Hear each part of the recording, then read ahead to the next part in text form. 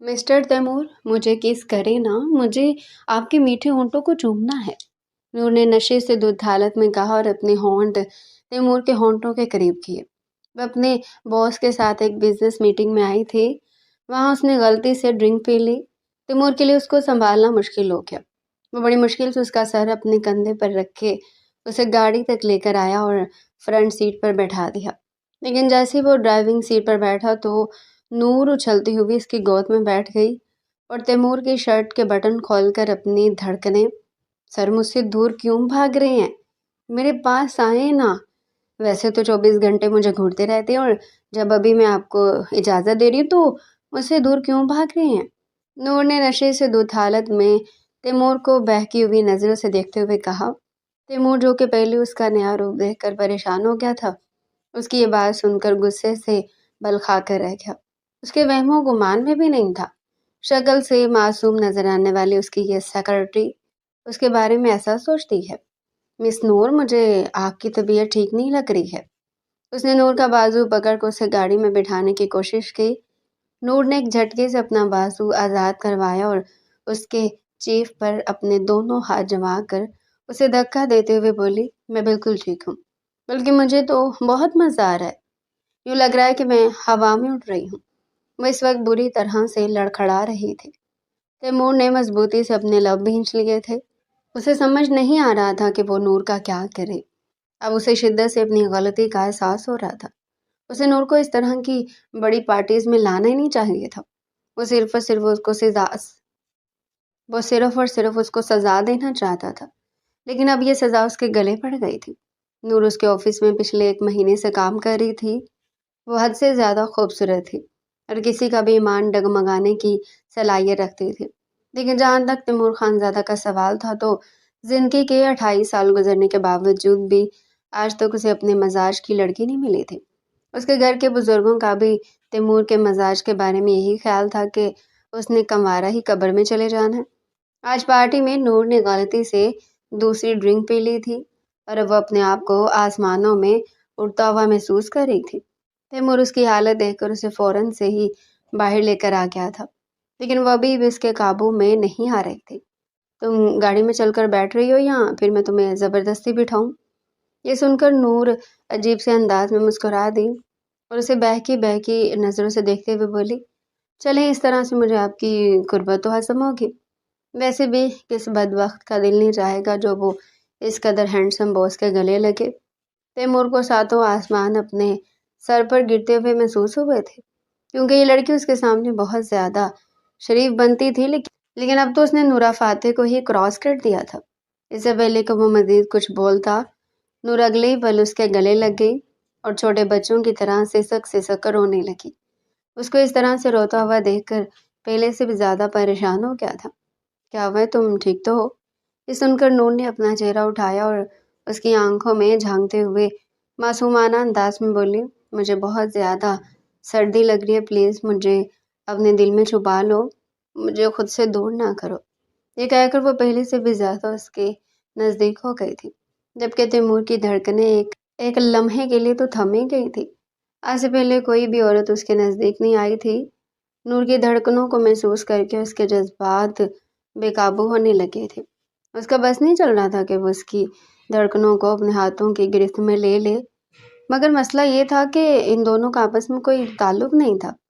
وہ جتنا نور کو خود سے الگ کرنے کی کوشش کر رہا تھا، نور اتنا ہی اس کے وجود میں گھس رہی تھی۔ ان دونوں کے سینے ایک دوسرے کے ساتھ بہت ہی زور سے ٹکرا رہے تھے۔ نور کے لبوں سے اچانک بے چین سی سسکی نکلی تو وہ جلدی سے ہوش کی دنیا میں آیا۔ اگلے پل اس نے نور کو کندھوں سے تھام کر خود سے الگ کیا اور اس کے چہرے پر جھکتے ہوئے اسی کے انداز میں بولا، دیکھو، اگر تم خاموشی سے گاڑی میں جا کر بیٹھو گی تو میں تمہیں آئس کریم لا کر دوں گا۔ نور، جو کہ پہلے نشے کی وجہ سے بہت زیادہ ہائی ہو رہی تھی اور اس کے جذبات بھی بھڑکنے لگے تھے، اس کا پورا وجود گرم ہو چکا تھا، اس لیے تیمور کی بات کو مکمل طور پر نظر انداز کر کے وہ اس کے ہونٹوں کو گھونٹنے لگی۔ اگلے ہی پل وہ اور سرسراتے ہوئے لہجے میں بولی، میں صرف اور صرف ایک شرط پر گاڑی میں چل کر بیٹھوں گی۔ تیمور سانس روکے اس کے بولنے کا انتظار کر رہا تھا۔ پھر ہوا جس کا تیمور کو ڈر تھا، کیونکہ نور نے ہمیشہ کی طرح اس بار بھی بونگی ماری تھی۔ مسٹر تیمور، اگر تم مجھے کس کرو گے تو ہی میں گاڑی میں چل کر بیٹھوں گی۔ قسم سے تمہارے ہونٹ کتنے میٹھے لگ رہے ہیں۔ تیمور کے لیے تو اپنے جذبات پر قابو پانا یکدم ہی مشکل ہو گیا تھا۔ ایک تو وہ لڑکی اس قدر حسین لگ رہی تھی اور دوسرا مسلسل بہکی بہکی باتیں کر کے اس کے صبر کا پیمانہ لبریز کر رہی تھی۔ تیمور نے اپنا ہاتھ مضبوطی سے اس کے ہونٹوں پر جمایا اور اس کا بازو پکڑ کر اس کو گاڑی میں دھکیلنے کی کوشش کی، مگر بری طرح سے ناکام ہو گیا، کیونکہ نور نے اپنے دونوں پاؤں زور سے سڑک پر جمائے ہوئے تھے اور اگلے پل اس نے گاڑی کے دروازے کو بھی پکڑ لیا تھا۔ میں یہاں سے کہیں بھی نہیں جاؤں گی، پہلے تو مجھے کس کرو اور آخر اس میں مسئلہ ہی کیا ہے؟ ایک چھوٹی سی کس کی تو بات ہے، ہم دونوں یہاں پر بالکل اکیلے ہیں، کسی کو پتہ بھی نہیں چلے گا اور ہم دونوں ایک دوسرے کا مزہ بھی لے لیں گے۔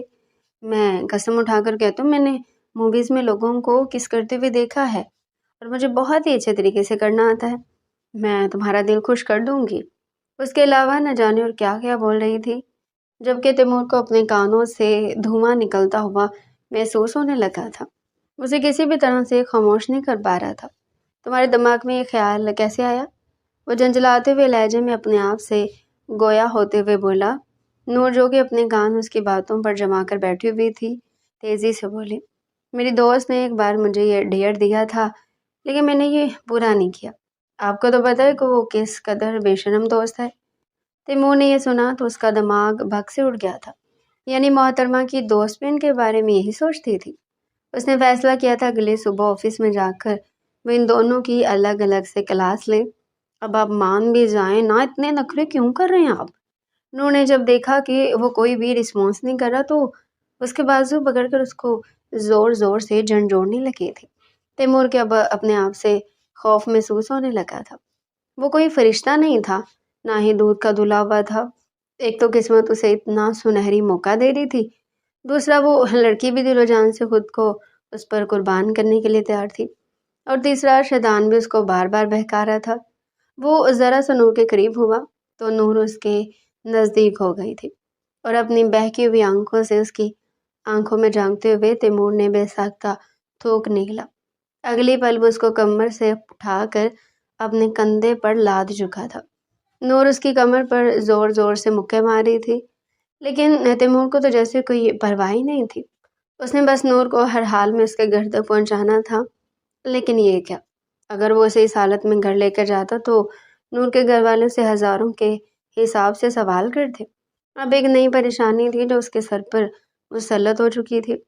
وہ سمجھ نہیں پا رہا تھا کہ وہ کیا کرے۔ اچانک اسے یاد آیا کہ اس کے پاس نور کی چھوٹی بہن کا نمبر تھا۔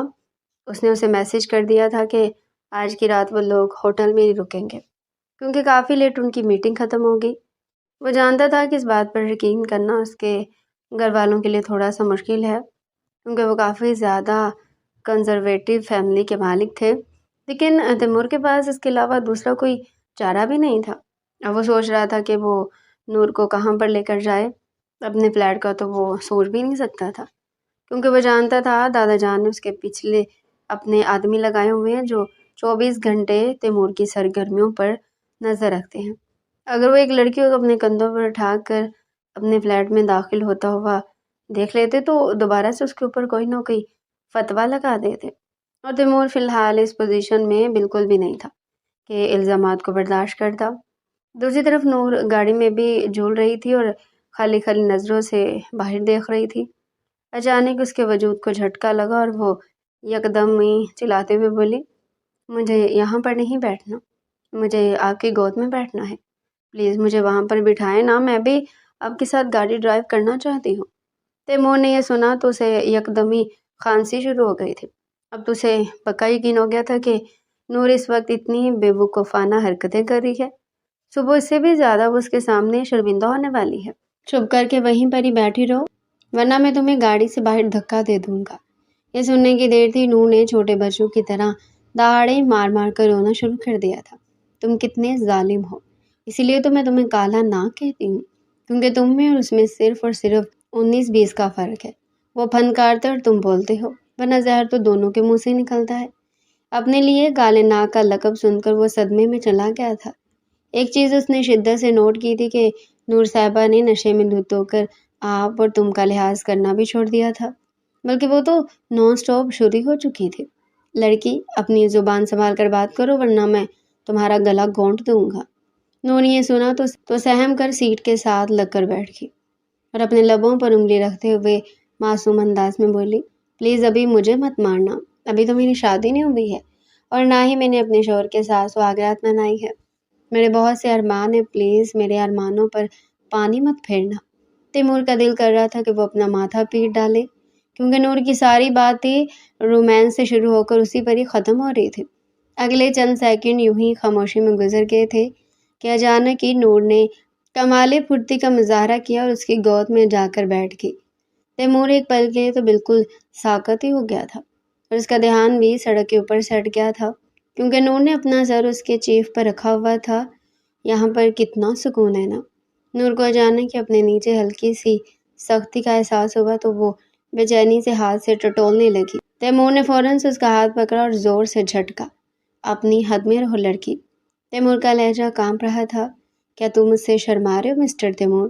نور کے گال بھی دہک رہے تھے کیونکہ وہ حد سے زیادہ نشے میں تھی۔ اس نے تیمور کے گالوں کو پیار سے کھینچا اور کوچی موچی کرنے لگی۔ تیمور کو اس کوچی موچی کی بالکل بھی سمجھ نہیں آ رہی تھی۔ اسے صرف اتنا پتا تھا کہ یہاں پر اس کے صبر کا امتحان لیا جا رہا ہے۔ اس نے ہلکا سا اٹھنے کی کوشش کی تو نور نے اپنے دونوں بازو اس کی گردن میں ڈال دیے تھے۔ نور کا سینہ اس کے سینے کے ساتھ پھر سے ٹچ ہو رہا تھا۔ وہ اس کی دھڑکنوں کی نرمی اور اس کے ابھار کو اچھے طریقے سے محسوس کر سکتا تھا۔ اب تو مجھے پکا یقین ہو گیا کہ یہ لڑکی آج میرے ایمان کو بری طرح سے ڈگمگانے پر مجبور کر دے گی۔ تیمور نے دل ہی دل میں اپنے آپ سے مخاطب ہوتے ہوئے کہا، نور میری بات سنو، اگر تمہیں نیند آ رہی تو تم وہاں پر جا کر سو سکتی ہو۔ نہیں، مجھے اکیلے ڈر لگتا ہے اور میں آپ کے ساتھ ہی سوؤں گی۔ یہ کہہ کر نور نے بھی اسے مزید کس کر گلے سے لگا لیا۔ تیمور کا بس نہیں چل رہا تھا کہ وہ اس کی دھڑکنوں کو اپنے ہاتھوں میں پکڑ لے اور ان کو زور زور سے دبانے لگے، لیکن پھر سے بے بسی درمیان میں آ رہی تھی۔ وہ جانتا تھا کہ اگلے دن نور کو سب کچھ یاد ہوگا، اس لیے وہ کوئی بھی بے وقوفانہ حرکت نہیں کرنا چاہتا تھا جسے نور اس کو غلط سمجھے۔ کچھ ہی دیر کے بعد اس نے اپنا موبائل اٹھایا اور سامنے ویڈیو ریکارڈنگ چلاتے ہوئے رکھ دیا تاکہ اگر کل نور اس کی ذات پر کوئی الزام لگائے تو اس کے پاس اپنے آپ کو ثابت کرنے کے لیے ثبوت موجود ہو۔ مسٹر تیمور، آپ نے ابھی تک شادی کیوں نہیں کی ہے؟ تھوڑی دیر کے بعد نور نے اس کی گردن سے اپنا سر اٹھایا اور اپنا ماتھا اس کے ماتھے کے ساتھ جوڑتے ہوئے بولی۔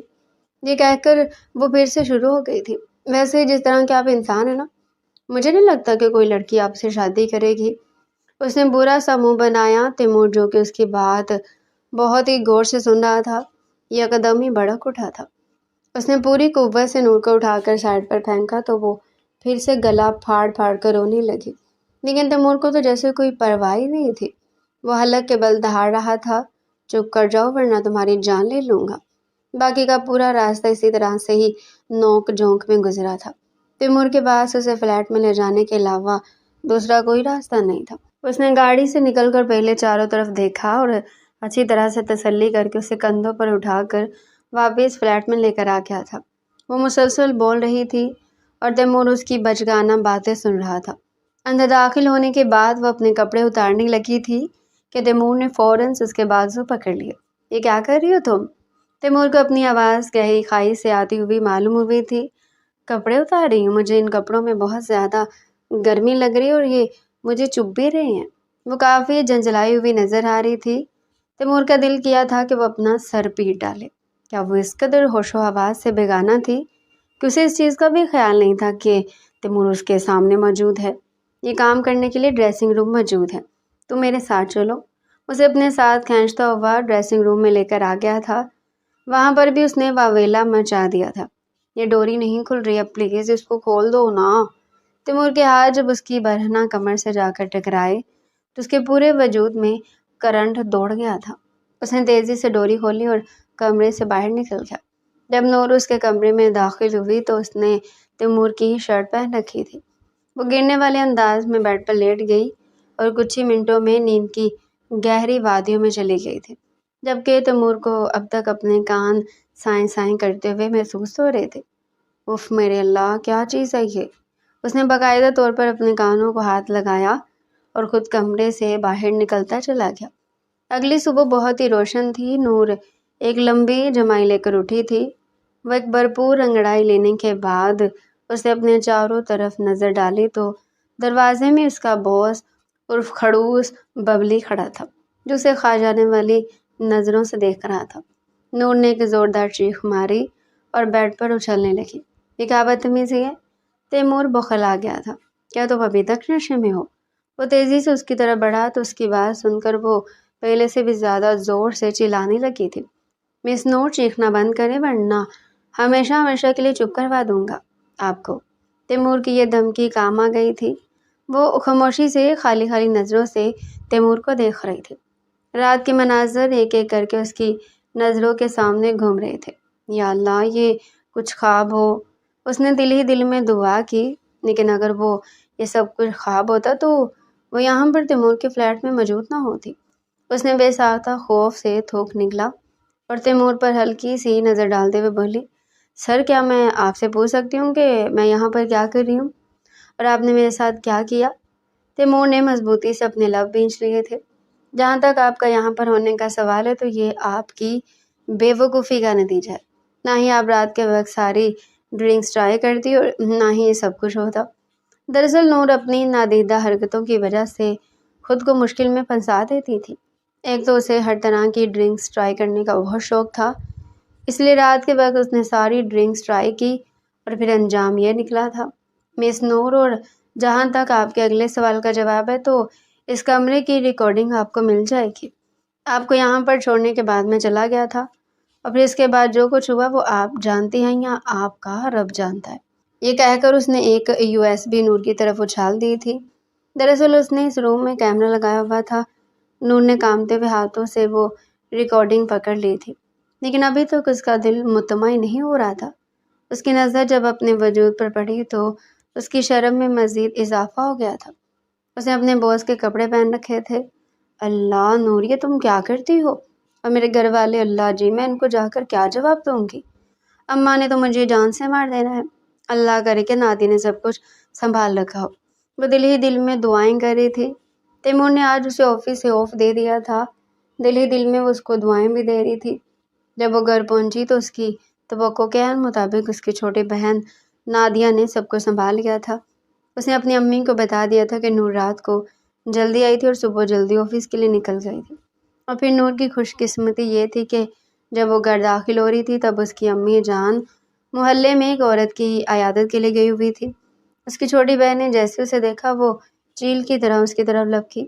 ذرا مجھے بتانا رات کے وقت کہاں پر رنگ رلیاں منا رہی تھی؟ تو اس نے اپنی کمر پر ہاتھ رکھتے ہوئے گاؤں کی خالص عورتوں کی طرح اپنا لہجہ مشکوک بناتے ہوئے سوال کیا۔ نور، جو کہ پہلے جنجلائی ہوئی تھی، اس کا بازو پکڑ کر اسے کھینچتے ہوئے کمرے میں لے آئے۔ دروازہ اندر سے لاک کرنے کے بعد پہلے تو وہ گہرے گہرے سانس لیتی رہی اور پھر ایک ہی سانس میں اس نے اپنی بہن کو خود پر بیتی ہوئی داستان سنا دی۔ یہ سن کر نادیہ کا تو ہنس ہنس کر برا حال تھا، اور وجہ یہ تھی کہ اس میں سے نور نے اپنے بہکنے والے سینز کو کینسل کر دیا تھا اور صرف وہی باتیں بتائی تھی جس میں اس نے بونگیاں ماری ہوئی تھی۔ اگر اس کی بہن کو پتہ چل جاتا کہ اس نے اپنے باس کو کس کرنے کی اور گلے لگنے کی پیشکش کی ہے، یہاں تک کہ وہ اس کی گود میں بھی چڑھ کر بیٹھ گئی تھی، تو اس کی بہن نے اس کی جوتوں سے پٹائی کرنی تھی۔ تم اتنا زیادہ ہنس کیوں رہی ہو؟ یہ بالکل بھی مزاحیہ نہیں ہے یار۔ ہنس میں اس لیے رہی ہوں کیونکہ مجھے تمہارے باس سے شرافت کی امید نہیں تھی۔ یہ سن کر نور نے ایک زوردار مکہ اس کی کمر پر مارا تو وہ درد سے کراہ کر رہ گئی تھی۔ ارے سچ ہی تو کہہ رہی ہوں، ورنہ اپنے باس کے بارے میں جو کچھ تم نے بتایا ہوا تھا نا، وہ سوچ کر ہی تم اپنے کانوں کو ہاتھ لگاتی تھی۔ تم نے خود ہی کہا تھا کہ وہ امریکہ سے پڑھ کر آئے اور اس کی سینکڑوں کے حساب سے گرل فرینڈز ہوں گی۔ میری جان، اس کی گرل فرینڈز ہیں، اسی وجہ سے اس نے میرے ساتھ کچھ بھی ایسا ویسا نہیں کیا ہے، بلکہ اس نے تو ثبوت کے طور پر مجھے یہ USB بھی دے دی ہے۔ انہوں نے جب بعد میں اپنی ریکارڈنگ دیکھی تو دوبارہ سے اس کے گال شرم سے لال ہو گئے تھے۔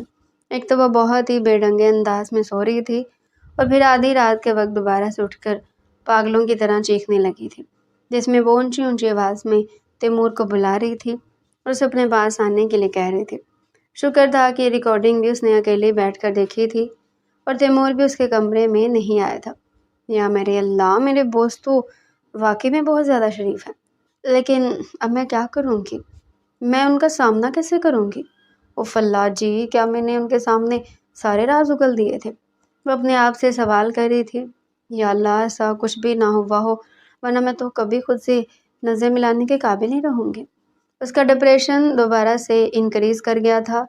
پورا دن اس نے اسی ٹینشن میں گزار دیا تھا، جبکہ دوسری طرف تیمور کا دھیان بھی بار بار بھٹک کر نور کی طرف جا رہا تھا۔ اس کے بارے میں سوچنا نہیں چاہتا تھا، لیکن رات کے مناظر اس کی نظروں کے سامنے گھومنے لگتے تھے۔ جیسے اس کو نور کی گاڑی والی حالت یاد آئی، اس کے لب خود بخود ہی مسکراہٹ میں ڈل گئے تھے۔ ارے سر، خیریت تو ہے؟ آج بڑا مسکرایا جا رہا ہے۔ اسی وقت اس کے آفس کا دروازہ زوردار آواز سے کھلا اور اس کا جگری دوست سلمان دندناتا ہوا آفس کے اندر داخل ہوا۔ تیمور فوراً ہی سیدھا ہو کر بیٹھ گیا تھا۔ اس کے چہرے پر پہلے والی سنجیدگی آ گئی تھی۔ یار، میں نے تجھے کتنی بار سمجھایا کہ آفس میں داخل ہونے سے پہلے دروازہ نوک کیا کر۔ انسان کی 100 پرسنل چیزیں ہوتی ہیں۔ سلمان نے اس کی باتیں کان سے سن کر دوسرے کان سے نکال دی، کیونکہ وہ ہمیشہ سے یہی کرتا آیا تھا، اور اس کے سامنے دب سے بیٹھتے ہوئے بولا، مطلب بھائیوں کا ایک دوسرے سے کچھ بھی چھپا نہیں ہوتا ہے؟ چل مجھے بتا کہ کس لڑکی کے بارے میں سوچ رہا ہے۔ یہ سن کر تیمور کا ماتھا ٹھنکا تھا۔ تم یہ بات اتنے یقین سے کیسے کہہ سکتے ہو کہ میں لڑکی کے بارے میں سوچ رہا ہوں؟ سلمان نے سسپینس بھرا انداز بناتے ہوئے تھوڑا سا اس کی طرف جھکا اور اپنے دونوں ہاتھ ایک دوسرے میں پھنساتے ہوئے خالص بابو والے انداز میں بولا، کیونکہ تمہاری یہ جو مسکراہٹ ہے نا، میں اس کو بہت اچھے طریقے سے پہچانتا ہوں۔ تقریباً ہر ہفتے میں بھی اسی طرح سے مسکراتا ہوں۔ کیا تم ہر ہفتے لڑکی چینج کرتے ہو؟ تیمور نے صدمے سے چور انداز میں کہا تو وہ فوراً سے اس کی بات کو پکڑتے ہوئے ہنستے ہوئے بولا، دیکھا، میں نے تمہیں پہلے ہی کہا تھا کہ تم لڑکی کے بارے میں سوچ رہے ہو۔ اب تم نے خود بھی کنفرم کر دیا ہے۔ تیمور اپنا ماتھا پیٹ کر رہ گیا تھا۔ خیر، مجھے بتاؤ، کون ہے وہ بدقسمت لڑکی جس پر تمہارا دل آ گیا ہے؟ سلمان کی یہ بات اسے بہت ہی ناگوار گزر رہی تھی۔ آخر مجھ میں کمی ہی کس چیز کی ہے؟ میں ہر لحاظ سے پرفیکٹ ہوں۔ تیمور نے دو بدو جواب دیا تو وہ آنکھیں چھوٹی چھوٹی کر کے اس کو گھورتے ہوئے بولا، مسٹر تیمور، تم بالکل ٹھیک کہہ رہے ہو۔ تم بالکل پرفیکٹ ہو، اور یہی تمہارا مسئلہ ہے۔ تمہیں اپنی کوئی بھی غلطی نظر ہی نہیں آتی ہے، اور لڑکیوں کو اس طرح کے لڑکے اٹریکٹ نہیں کرتے ہیں۔ انہیں تو ایسا مرد چاہیے ہوتا ہے جو ہر بات میں ان سے سوری کہے۔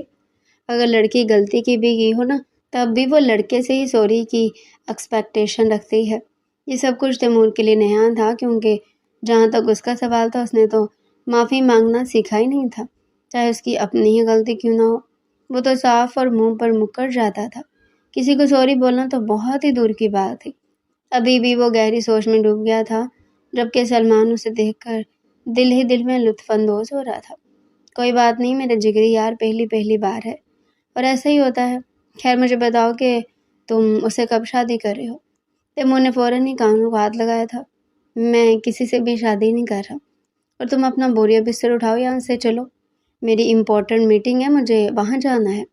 وہ اپنی گاڑی کی چابی اٹھاتے ہوئے خود بھی اٹھ کھڑا ہوا، جبکہ سلمان برا سا منہ بنا کر اس کے چہرے کو گھورنے لگا تھا۔ تم سے مجھے اس قدر بے مروتی کی امید نہیں تھی۔ تیمور نے کوئی بھی جواب نہیں دیا اور کمرے سے باہر نکل گیا، جبکہ وہ خود بھی ہنستا ہوا اس کے پیچھے نکل گیا تھا۔ رات جب تیمور اپنے کمرے میں سونے کے لیے گیا تو اس کا دل بے چین ہو رہا تھا۔ آج صبح سے اس کی نور سے ملاقات نہیں ہوئی تھی، اور اس کو لگ رہا تھا کہ اس کا پورا دن بہت ہی عجیب گزرا ہے۔ اسے اپنے وجود میں خالی پن کا بھی احساس ہو رہا تھا۔ مجھے کیا ہو گیا ہے؟ کیوں میں اس سائیکو اور پاگل لڑکی کے بارے میں اتنا زیادہ سوچ رہا ہوں؟ اسے باقاعدہ طور پر اپنا سر دونوں ہاتھوں میں گرا دیا اور اپنے بال زور زور سے کھینچنے لگا۔ وہ اپنے آپ کو مضبوط اعصاب کا مالک سمجھتا تھا، لیکن نور میں کچھ ایسا تھا جس کی وجہ سے وہ ٹھٹکنے پر مجبور ہو جاتا تھا، اور چاہ کر بھی اس کو اگنور نہیں کر سکتا تھا۔ اور یہ کل کی بات نہیں تھی، بلکہ جب سے نور اس کے آفس میں کام کر رہی تھی، تب سے یہ سب کچھ ہو رہا تھا۔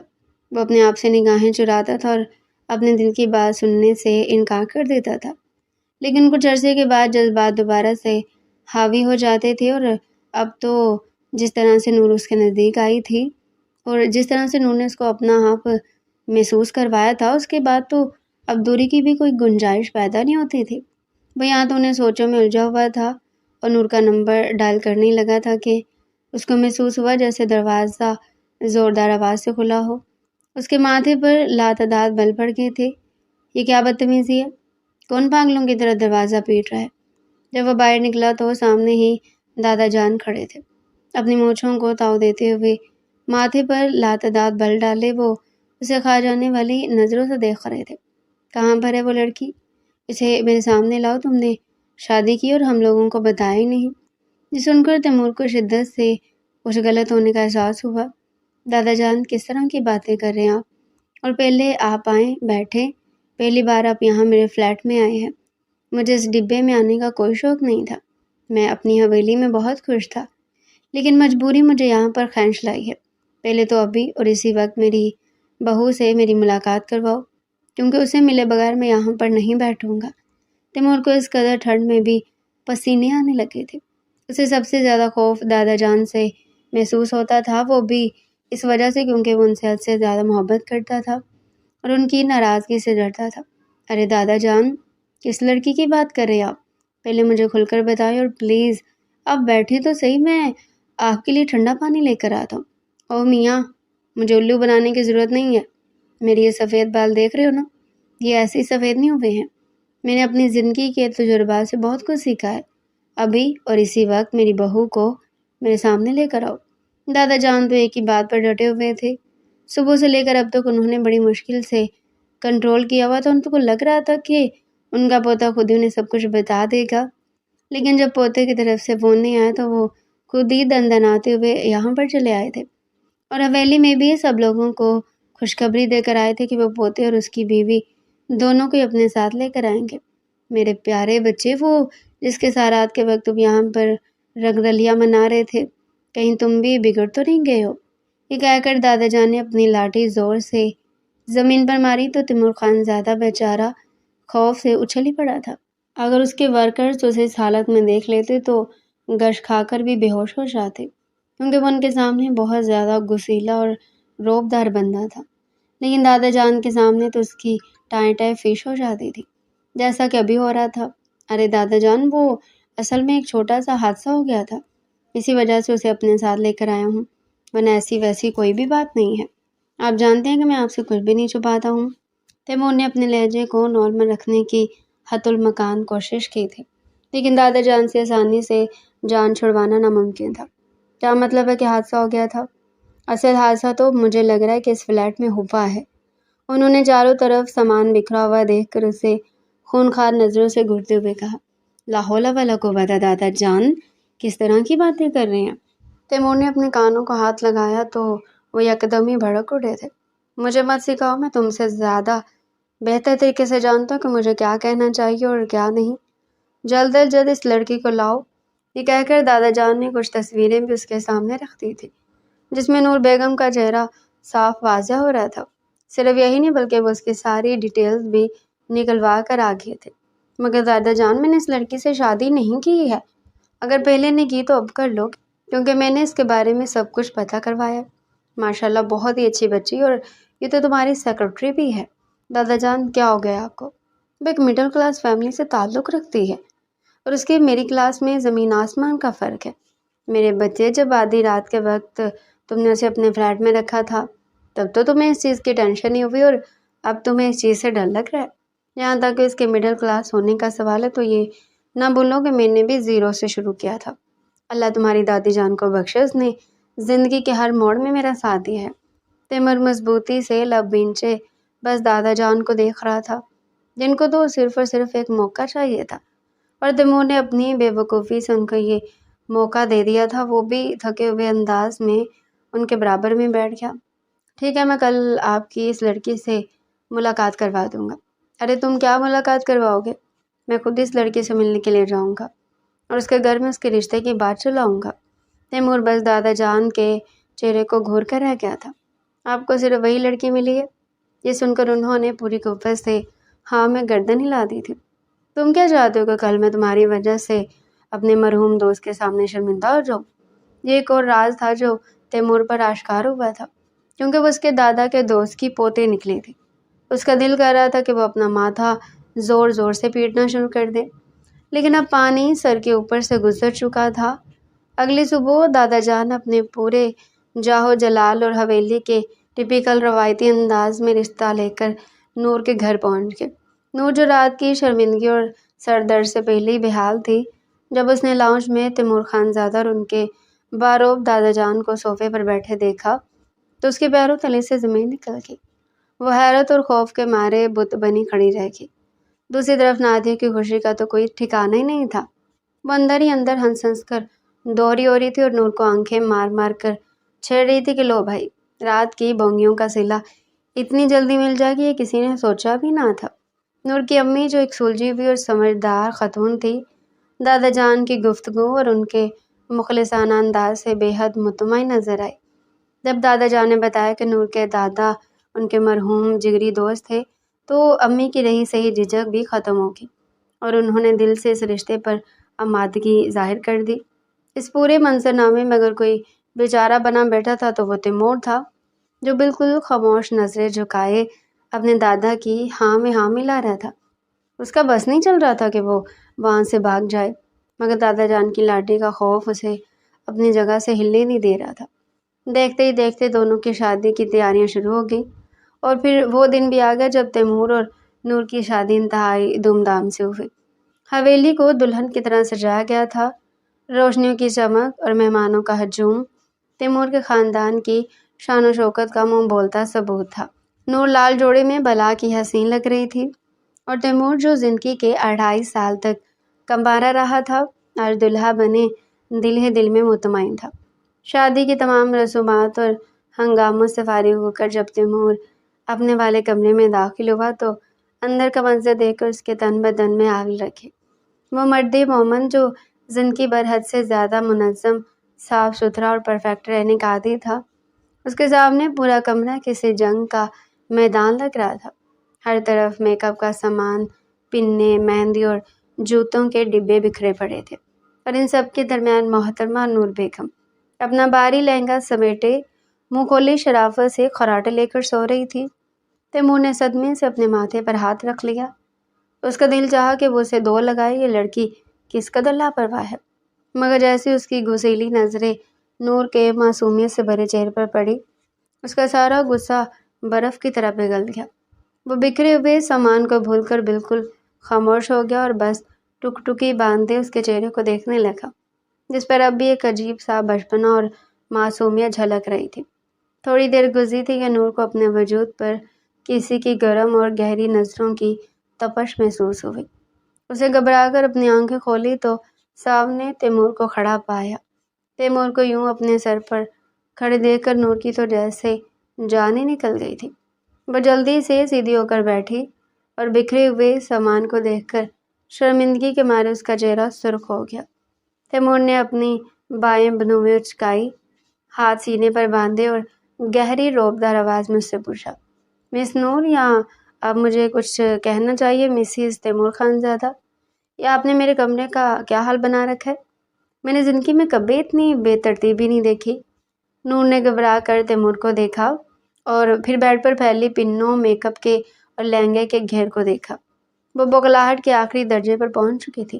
وہ سر، میرا مطلب ہے تیمور صاحب، میں معذرت چاہتی ہوں، میں بس بہت تھک گئی تھی تو آنکھ لگ گئی، میں ابھی یہ سب صاف کر دیتی ہوں، بس 2 منٹ دیں مجھے۔ اس نے جلدی جلدی ہاتھ مار کر بیڈ پر سے سامان سمیٹنے کی کوشش کی، مگر اس کی گھبراہٹ سے تیمور محفوظ ہو رہا تھا۔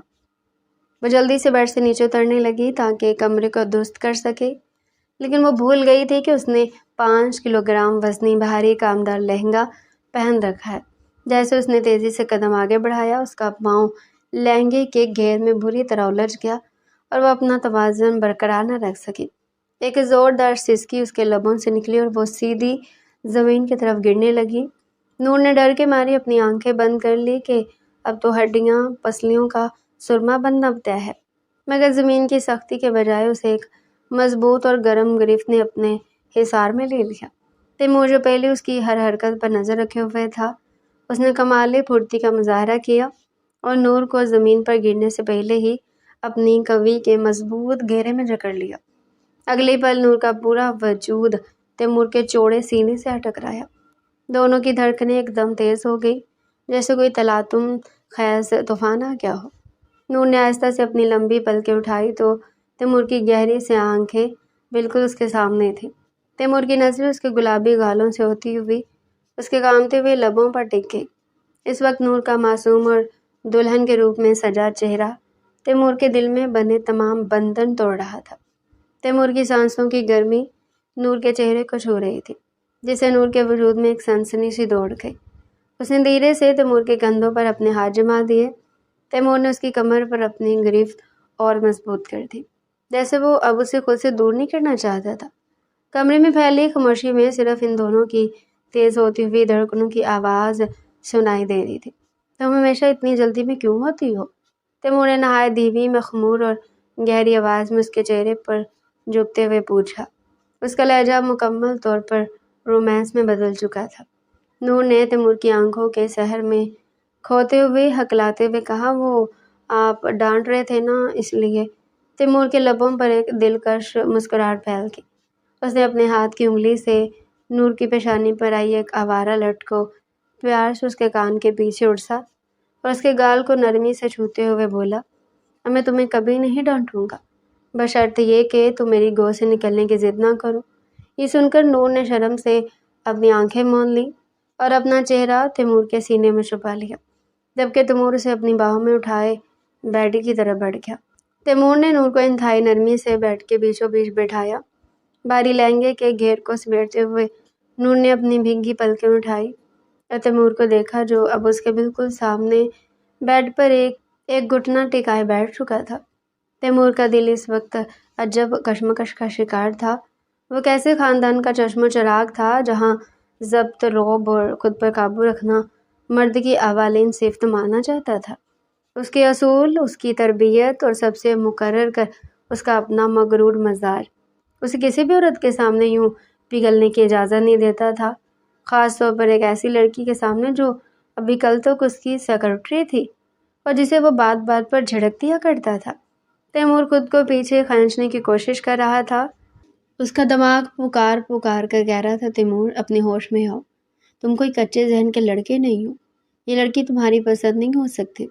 لیکن جب اس نے نور کی طرف دیکھا جس کے ہونٹ اب بھی خوف اور حیا کی شدت سے کانپ رہے تھے، تو دماغ کی وہ ساری پکاریں دھیمی پڑ گئی۔ نور کے ماتھے پر چمکتا ہوا جھومر، اس کی ناک کی نتھ اور گالوں پر پھیلی حیا کی سرخی تیمور کے 28 سالہ مضبوط ضبط کے قلعے کو یکسر گرا چکی تھی۔ وہ خود پر سے کنٹرول کھونے لگا تھا۔ تیمور نے اپنا ہاتھ آگے بڑھایا اور بہت آہستگی سے نور کے سر سے اس کا بھاری دوپٹہ مزید پیچھے سرکا دیا۔ اس کے ہاتھ کا لمس نور کے جسم کو چھو گیا تو نور کے پورے وجود میں ایک کرنٹ سا دوڑ گیا۔ ابھی مجھ سے ڈر رہی ہو؟ تیمور نے اپنی گہری سحر انگیز آواز میں پوچھا۔ اس کے لہجے کا سخت پن پگھل کر گداز ہو چکا تھا۔ نور نے تیمور کی چمکتی آنکھوں میں جھانکا، جہاں غصے کی جگہ ایک بے نام سی تپش اور دیوانگی انگڑائیاں لے رہی تھی۔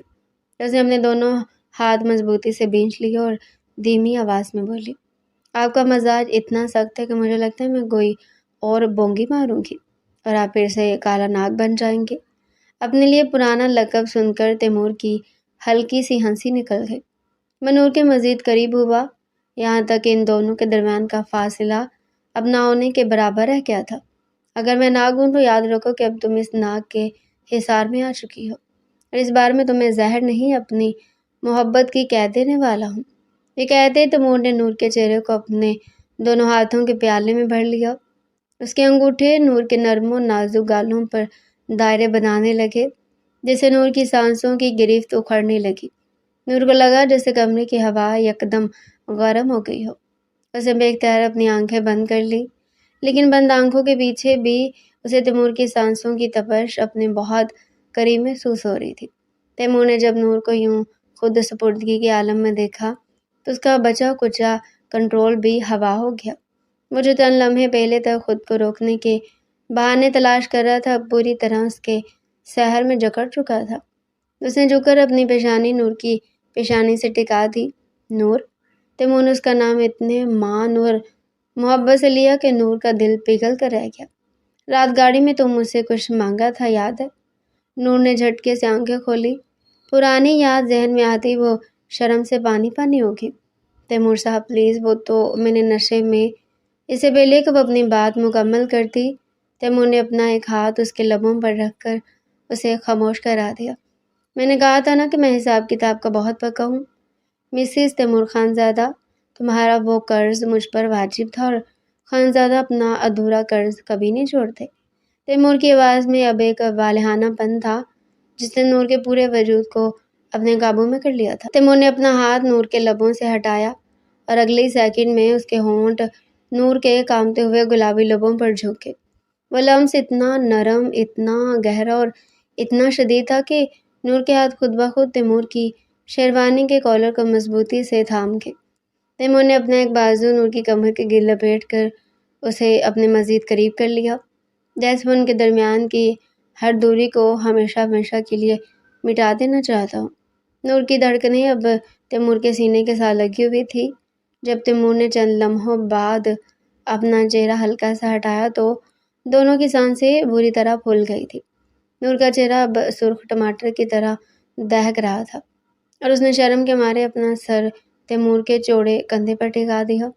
تیمور نے محبت کے اس خوبصورت احساس کے زیر اثر اپنی آنکھیں موند لی اور نور کے ریشمی بالوں میں اپنی انگلیاں چلاتے ہوئے اسے اپنے سینے سے لگا لیا۔ اب وہاں صرف تیمور تھا اور اس کی محبت میں رنگی ہوئی نور۔ شادی کی اس پہلی خوبصورت رات کے بعد نور اور تیمور کی زندگی کا ایک نیا سفر شروع ہو چکا تھا۔ تیمور خانزادہ کا ساتھ پا کر نور دل ہی دل میں خود کو دنیا کی خوش قسمت ترین لڑکی محسوس کرتی تھی۔ وہ تیمور جو کبھی دور لگتا تھا اب ہر وقت اس کے سامنے ہوتا، اس کا خیال رکھتا اور وہ محبت دیتا جس کا نور نے کبھی خواب میں بھی نہیں سوچا تھا۔ تیمور کا والہانہ پن، اس کی گہری نظریں اور اس کا ہر انداز نور کے دل کو مٹھی میں لے لیتا۔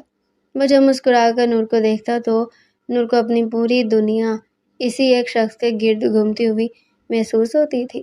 نادیہ جب بھی فون پر پوچھتی کہ ہاں بھائی کیسا چل رہا خڑوس بوس کے ساتھ، تو نور شرما جاتی، کیونکہ تیمور کی محبت نے اس کی زندگی کو واقعی خوشیوں سے بھر دیا تھا۔ مگر اس بے پناہ خوشی اور محبت کے ساتھ ساتھ نور کے دل کو کسی کونے میں تیمور کا ایک شدید خوف بھی ہر وقت بیٹھا رہتا تھا۔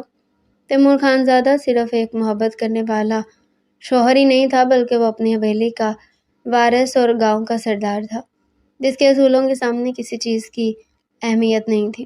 وہ غصے کا بے حد تیز اور وقت کا انتہائی پابند تھا۔ اس کی زندگی میں کسی بھی قسم کی لاپرواہی یا بونگی کی کوئی گنجائش نہیں ہوتی تھی۔ نور جو فطری طور پر ایک لاڈلی اور ہنسمکھ لڑکی تھی، اسے تیمور کے اس روپ سے ڈر لگتا تھا۔ ایک شام تیمور آفس کی کچھ اہم فائلیں گھر لے کر آیا تھا اور انہیں اپنے اسٹڈی روم کی میز پر ترتیب سے رکھ کر کسی کام سے باہر گیا تھا۔